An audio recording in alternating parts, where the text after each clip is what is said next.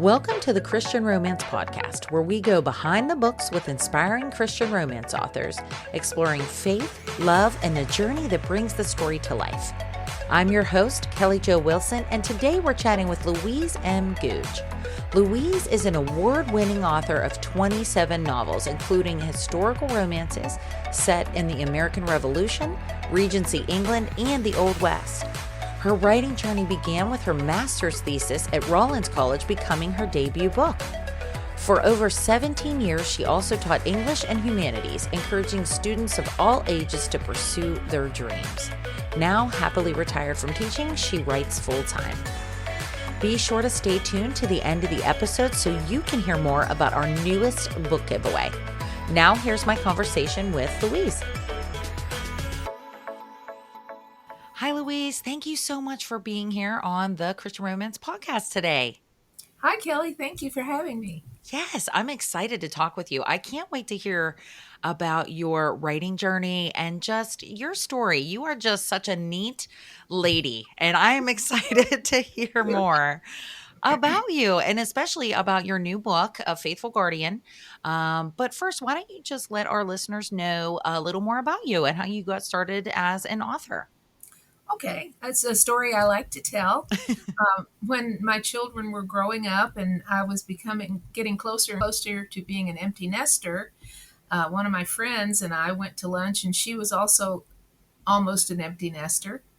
And we were talking about, well, we were stay-at-home moms, and we were wondering what are we gonna do with all of our time. And she had some plans and shared them. And I said, well, I've always wanted to write a book. I've always had an active imagination. I've always made up stories. I wrote little church plays that were performed in the little churches that we belonged to and things like that. And she said, you go home and you write that book today. And I did. And I kept writing. And after I finished that story, I decided that I should go back to college. I had only had 2 years of college right out of high school. And so I decided I should take some creative writing classes. Took some creative writing classes and got excited about going to school. So I went on and got my bachelor's degree in creative writing. And after that, I started to, the purpose of that was to make sure I'd written the book right. I wasn't just going to say, oh, this is a wonderful book, I'm going to try to sell it. So I edited the book, and I started going to writers' conferences and meeting editors. And there was an editor who liked the story, and she bought it. And then, I was all excited. Oh, I'm on the way, New York Times bestseller. And so what happened was her publishing company went out of business. But dear lady, she took my book and sold it to an even bigger house. Aww. And it was published, and the sequel was published. And I was very, very grateful to the Lord for that. This was in 1994, and then the sequel in 98. Wow. But I thought, I really want to write in more depth. And so I'm going to go back to graduate school. So I went back to graduate school and started learning, broadening my worldview. And my master's thesis was actually a novel. They allowed me to write a novel. This was it was Rollins College, and they had this very unique evening program for people who were non-traditional students, and that was me. Okay, so in the meantime, I had gotten a job working at the local television station, the ABC affiliate in Orlando, and I was working as a marketing coordinator and doing my work there and going part-time to school.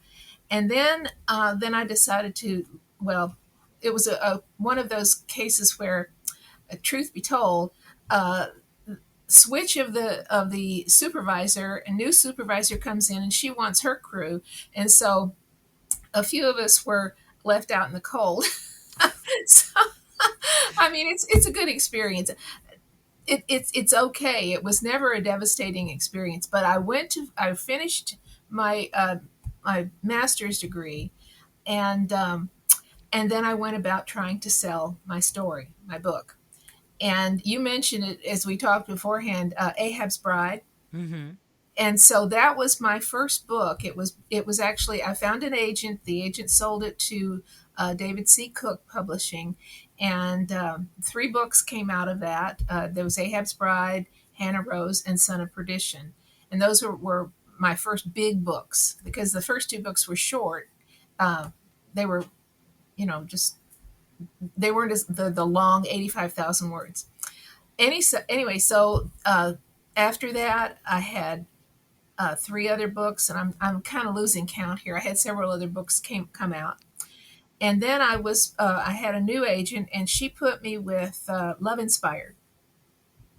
So I've been with Love Inspired. I've written 20 books for them, and total of 30 books altogether as of A Faithful Guardian. Wow. And that's it in a nutshell. Kind of a big That's nut. it in a nutshell for sure, because all of that, it spans over years, and it's so amazing and so wonderful how that came about, and how you have such a teachable spirit, and God had really used that to move you and interweave you throughout this, because it's hard. If a lot of people who are voracious readers really feel a call to write their own story, right? Mhm. Whenever Mhm. I was very similar. Even whenever I was young, like 6 years old. But that doesn't mean, I love how you said, like, I want to go and I want to learn really how to. I can't just Mhm. do it Mhm. without any like foundation or without any Mhm. knowledge. So you have Mhm. such a teachable spirit, and I think it's so Mhm. inspiring, especially too, because how did you even know to do like writers conferences and places like that? Did you have anyone that was kind of a mentor to you that was like helpful, or did you just kind of research as much as you could? Well, I learned about the Writers Conference through um, a group in Orlando that I started attending. And I'm sorry, it's been so many years, I can't remember it was, I think it was Florida Writers Conference, Oh. a Florida Writers group. And there's always scuttlebutt in those. And someone mentioned the Florida Christian Writers Conference in Titusville. And so I put together the money with my husband's blessing, and went to that conference, and that's where I met the editor. And a lot of times it's meeting people, it's networking with people that gets the context. And I think it was the third year actually that she bought the book. The first year I was meeting people and taking lessons, more lessons. And the interesting thing about it for me was, yes, I had a bachelor's degree in creative writing. However, I learned more about writing at the writers conferences, Mm. because they're closer to it. The degree is good and it looks good on paper. The degree is a blanket thing, and it's Hmm. got great concepts. And I learned a lot of good, important things. Like in my first novel, the one that came out with Crossway, I didn't mention them. Crossway put out the first book, and I had my characters head hopping all over the place. Mm. One paragraph or even one sentence would be one character thinking thus and so, and then another character thinking thus and so. But Joe didn't feel that way, and that's not good writing. And so I learned about point of view, and that's been a big thing for me, is to separate point of view, and make sure that the reader knows who's thinking, whose head we're in. And so I learned a lot at school, but I learned even more at the writers' conferences, because you take these classes and you actually talk to successful authors and editors, and they're the ones who are going to be the network that you need. Oh, yeah, for sure. I was going to ask you if you felt like it was very beneficial to your journey, going and getting your degree, because it's never, I feel like, any education in any area that you want to be is always going to be a blessing in some way. But I love that you just shared that, because I was thinking that. I was wondering if you felt like learned more, or it was more beneficial, or not so much once you start going to the conferences. Because it's funny, because I feel like every profession probably has that. I will tell you, like, as a nurse, we had to do the book stuff, right? You have to know the biology, you have to know the anatomy, you have to know Mhm. all of these things. Mhm. But the clinical aspect, once we were doing our clinicals and in the thick of it, and actually seeing what is in the textbook coming to life. First of all, it's never textbook ever because everybody's so different. But it's very similar because Mhm. you're in the thick of it, like you said. You're in real life, it always will look a little bit different.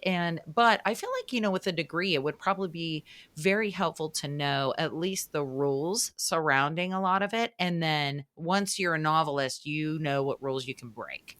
And then, Exactly. Right. like you're breaking this rule because it's part of your voice and it's part of the Right. story and things like that. So Exactly. Well, one of the things that helped me going back, especially for the master's degree, is it qualified me to be a college instructor. And wonderful.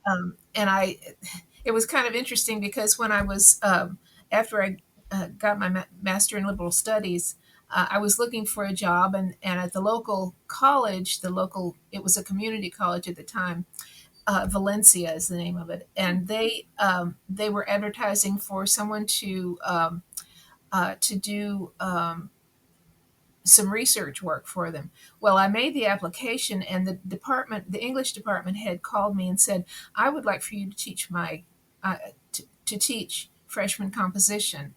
And so there you go. That got my foot in the door, and so I taught for 17 years Wow. at Valencia. Yeah, but I was writing all along at the same time Oh, and I getting my love it. books published. Yeah, it Did was you have great. any students like come up to you and say, "How do I become an author?" And Every like, semester, every semester. oh, that's wonderful. And what better person? I mean, you're like doing it because it's one thing. Look, I can tell you, I will say, sometimes you have those teachers where they're like real tough and they don't know why, Mhm. like they can't explain Mhm. like why it's not like this Mhm. or like that and whatnot. I bet your students loved you because you're like in the thick of it. You're still writing, you're publishing books, and you're a professor and you're like teaching it and while doing it. Yeah. Yeah. Oh, Yeah, that's I had a lot of wonderful. students who would say something like that. But I think that the best gift that I gave them was to teach them how to organize their material. That Yeah. a lot of times they, especially in the area where I lived, it was not a big academic area.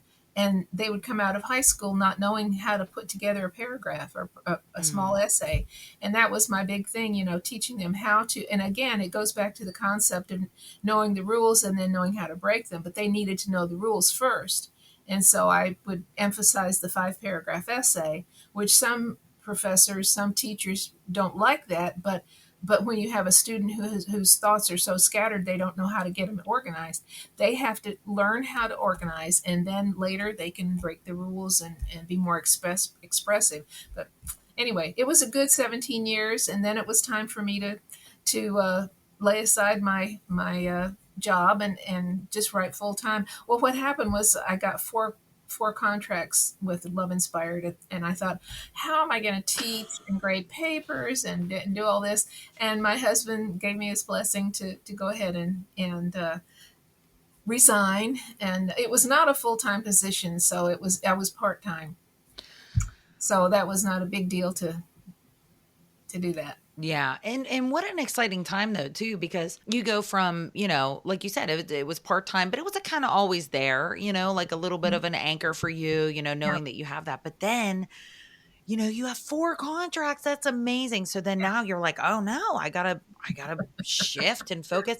And I don't wanna gloss over the fact that you went and did school, you went to college, you got your degree, and then became a professor. This is all after you've, like, raised your family, hmm were, stay-at-home mom, which is, like, one of the hardest jobs there is possibly, hmm like, hmm ever, hmm and you're just doing it. I just love it so much. You and Thanks. having this perseverance and going to writers' conferences, I just think it's so inspiring because it's just so easy to just quit and stop. And Yeah. especially getting hit with, you said like how the editor and there was like, change, and then you got an agent or the publishing house. I love that she graciously sold your book, but whenever that happens in a smaller publishing house, you're like, "Oh my gosh, like I was Yeah. so, what am I going to do?" So, Right. you just, that perseverance is just so inspiring. I love it so much. So you have 30 plus books under you now. Yes. That's Amazing. Why don't you tell us a little bit about, first of all, I have to hear about Ahab's Bride. Tell me about this novel where it's like a thesis. Were you able to do like a full length? Was it like a novella length, or were you able to do like a full length novel? No, that's my longest one. It's about 100,000 words, Oh, okay. which Wonderful. is unusual because the sequel, Hannah Rose and Son of Perdition, are like the typical 85,000 words. Okay. But what happened was I was taking a class in Melville and Hawthorne, and I don't know if I ever read Moby Dick in school, but I finally did sit down and read it for this class. And one little thing stuck out in there, and that was that Ahab had a young girl wife. Hmm. I don't know if you've ever heard that phrase or not, but I thought, oh, romance. Mm. He has a romance, and why would what kind of girl would marry Captain Ahab, because he was a fearsome man. If you've ever read Moby Dick, we know he was angry and bitter, and he'd had his leg eaten off by the whale and everything, or the great fish. No, it was a whale. Sorry, getting Jonah and Captain Ahab mixed up. But so I began formulating who it might be. And when I offered it as to my advisor for the master's, excuse me, the master's thesis, he said, "Oh, that sounds like a good idea." And so, hence, I started writing. Went to Nantucket and New Bedford to find out where Millville had actually been inspired to write the books. That got a lot of information. Um, and it was kind of an interesting story because this is another one of those twists and turns. I met on Nantucket Island, I met another author there, and her agent was with her. And I talked to her agent. She's a New York agent, which is a really big deal. At least it was 20 years ago. And now they're everything's online, so it's not quite the same. But I said, well, I have this book that I'm working on, and could I contact you when I finish?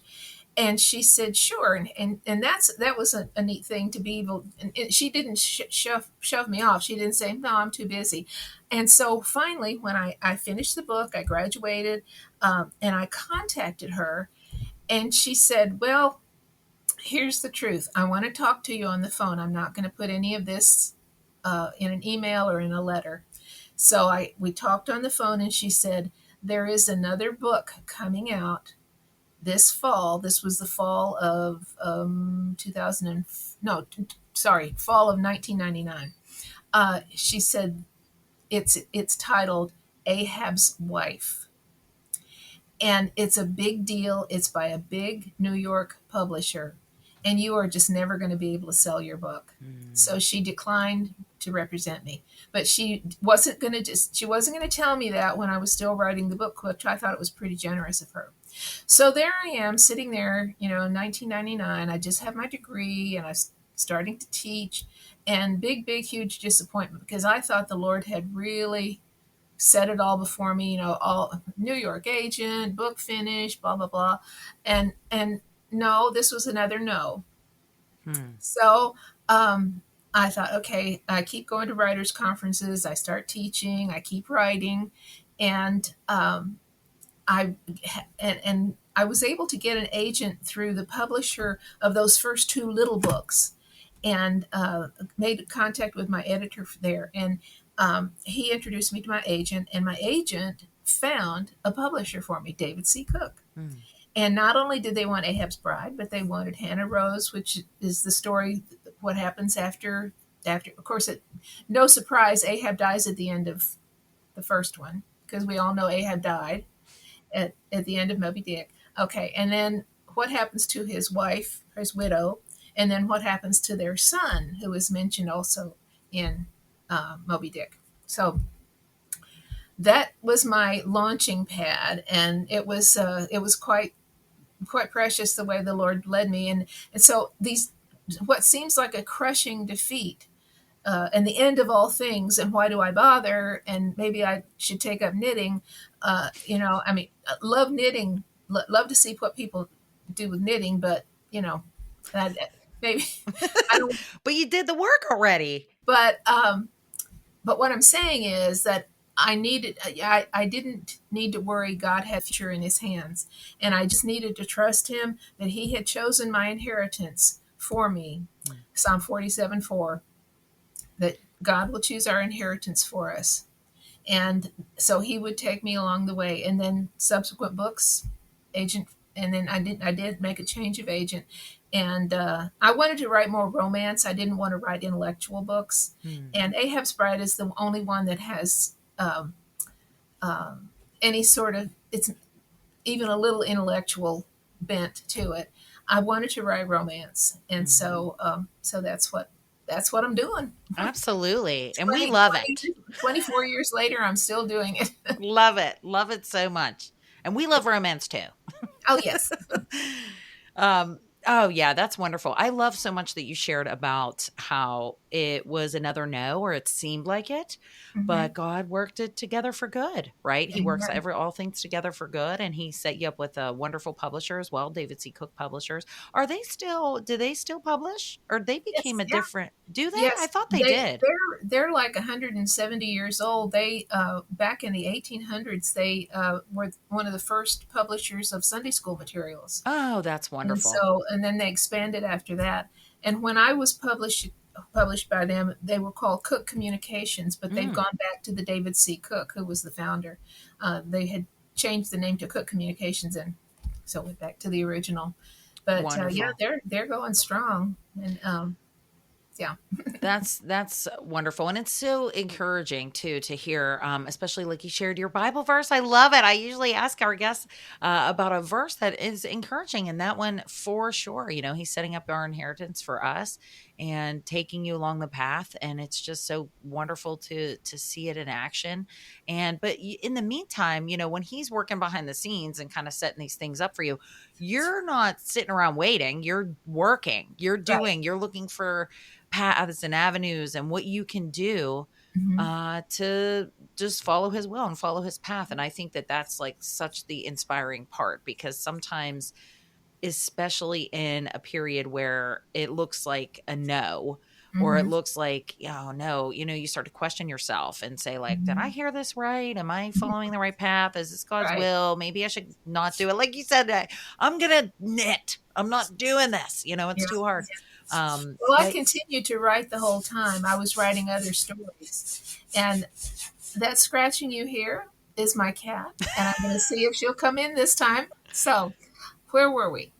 not it just the whole time you were still writing, you know, the Yes, whole time through all of that, you know, through these different the paths and you know, a parent knows you were still all the writing and turns still and working. twists. One of the stories that I didn't manage to sell to a publisher, that is one of those stories of my heart, um, that I wrote during this period of time. My oldest daughter had gone um, to Africa as a missionary, a journeyman missionary. She was a school teacher. She graduated from college, and she was teaching missionary children. And while she was there in the country that is now called Congo, Mm. it was called Zaire for a while. And it was originally Congo, and then Zaire, and then Congo again. But there was a rebellion, and all of the people who were Westerners needed to flee the country. Mm. And they were, I mean, there was a lot of horrible stuff going on, that everybody killing everybody. So she and her missionary family packed up, and they were headed out. And she got safely home. But it occurred to me, what would happen if she got left behind? Mm. And what would happen if the French Foreign Legion, who were in historically were actually the ones who went in to rescue a lot of the Westerners? And what would happen if one of them saw her get left behind, and he went after her to get her, and but then he got left behind because everybody, miscommunication, lots of chaos going on. I had so much fun writing that story, and again, it didn't get a publisher, but I self-published it on Amazon. Oh, So wonderful. It's called Escape from Kikwit. Kikwit was the little town in central Congo, central Zaire, where she had been stationed as a missionary. I think she's behaving herself now. That is Um, so interesting. And that, as her mom, I mean, did that scare you? I mean, when she went over there, or how well, did you feel about that? yeah, I was scared, but when you give your children to the Lord, Yeah. for whatever His plan is, if I can accept His will for my life, I certainly, it's hard sometimes, and I was kind of scared. But we found out that the mission board did a better job than the State Department getting the Americans out. Wow. So their connections and their good record, the mission board had a lot of contacts, and they just knew all the right stuff to do. Well, that's good. That's good. And that's just yet another way of how he prepares our inheritance and he is in control. What's next? So, why don't you talk about a faithful guardian? Talk about the book. Tell us about, who are the characters? Tell us about the love story. No spoilers, but give us the goods. Sure. All right. I'm going to go back a little bit to some previous books. Um, when I started writing for Love Inspired, I was offered a chance to write a novella, a Western novella, and I lived for many years. I went to high school and married my husband in Colorado, so I knew a lot about cowboys, and of course I was a John Wayne fan growing up, and watched lots and lots of westerns with my dad. High Chaparral, Bonanza, Gunsmoke, all of those. So I had that Western world in my brain. Well, since I was offered this chance to write, I decided to set the story at my sister's little ranch in New Mexico along the Rio Grande. Oh, Only 100 years before, well, 1880s. And I created this family of five brothers and the big ranch family, and two of the brothers in the novella got married, to found their sweethearts and got married. Then when I got another opportunity to write some more westerns, I suggested going back and writing the love story for the three other brothers. Okay, so those were all published. Those were lots of fun. Then Love Inspired decided not to do any more historicals. And I thought, okay, there's another one of those diversion of paths. mm, So I thought, okay, I don't think I can write contemporary. Well, then I decided maybe I could. So who am I going to write about but the descendants of those five brothers? And the first book is in the contemporary series is called Safe Haven Ranch, and it also takes place on my sister's little ranch beside the Rio Grande. And then the cousin of the hero in that story is the hero in A Faithful Guardian. And they raise cattle on this big ranch, and he's bought this very expensive cattle herding dog, but she gets stolen, and so he encounters the dog in the city park there's a woman and her daughter in the city park, and he says, "That's Lady, that's my dog." And so he stops his truck and he goes in and makes this accusation that she had stolen the dog. And her daughter is a special needs child. She's 15 and she has cerebral palsy, hmm. and she's really bonded with the dog. But they very graciously don't argue with him. They give the dog back to Robert, and he's just really angry, because as I said, he thinks that they stole the dog. Well, the rest of the story turns out obviously they didn't steal the dog. They found the dog. They saved her life, Mm. and um, all the romance happens around that.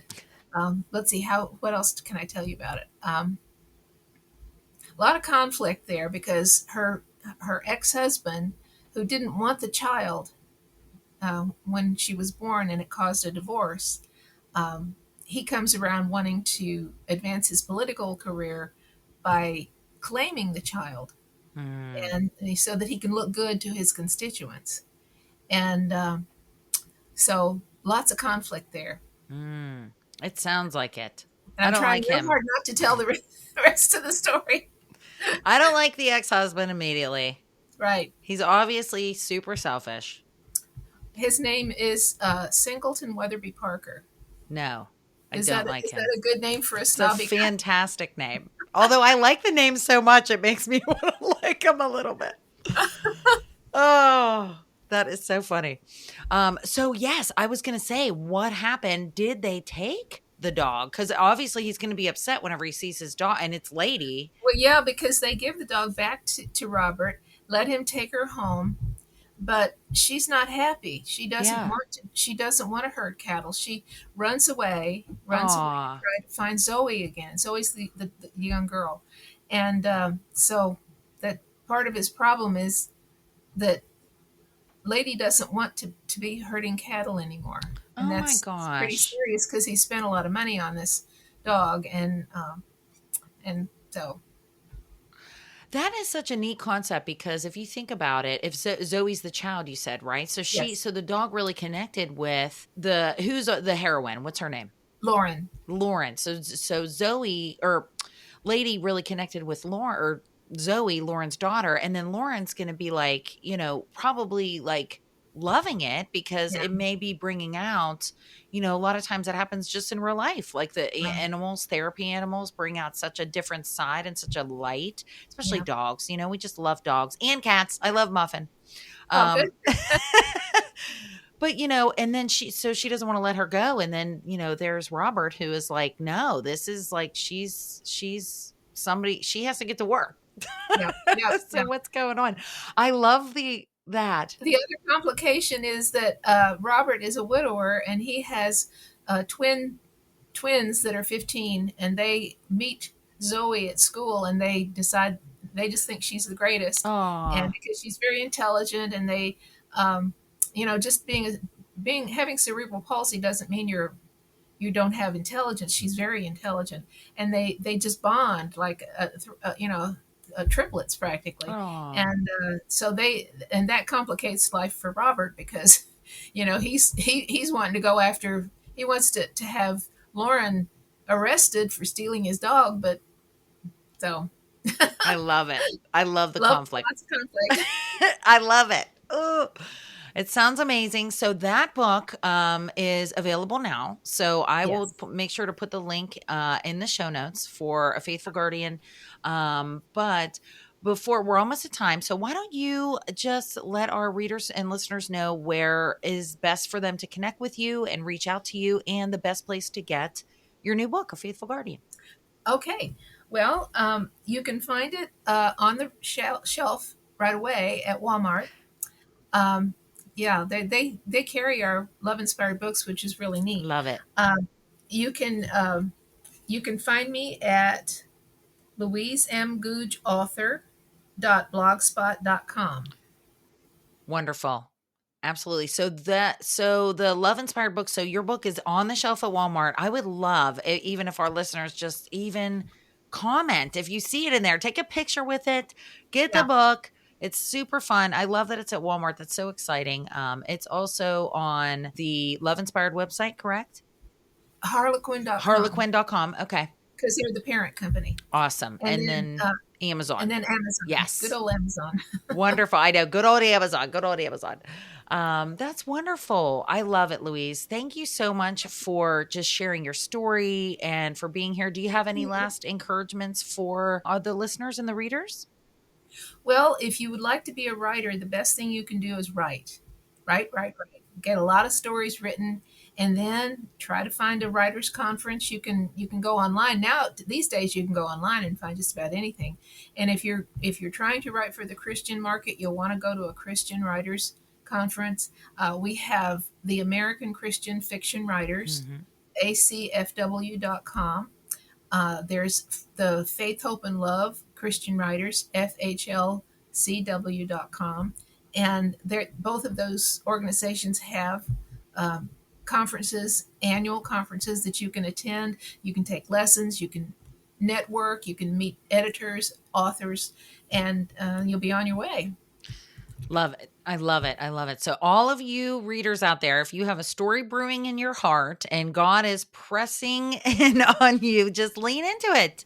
Do what Yeah, Louise did. Do what Louise said, and it's go write that story. absolutely go write that story. And it's never too late. It's never, there, don't look at the forest for the trees, because if God's pressing it on your heart, then he is the originator, and he will prepare your inheritance, and he will have it there for you and guide your path. Where he guides, I have this sign that I love so much. It says, where God guides, he provides. Amen. Amen. Absolutely. So trust it. But thank you so much, Louise. This has just been such a pleasure meeting you and talking with you today. All right. Thank you. If you enjoyed today's episode, please share it with one book lover like yourself. We love to bless as many people as we can with exclusive interviews and, of course, great books. Each month, we host a themed book giveaway where you can win a selection of Christian romance novels and some extra goodies too. This month's theme is International Love. We're giving away 5 heartwarming Christian romance books filled with love, second chances, and faith, set in breathtaking locations like Ireland, Scotland, France, and beyond. Whether you're listening right as this episode comes out or in the future and don't want to miss out on the giveaway, no worries. You'll find a link to the current giveaway on our website, christianromancepodcast.com. Thanks so much for listening, and until next time, keep your faith, share the love, and happy reading.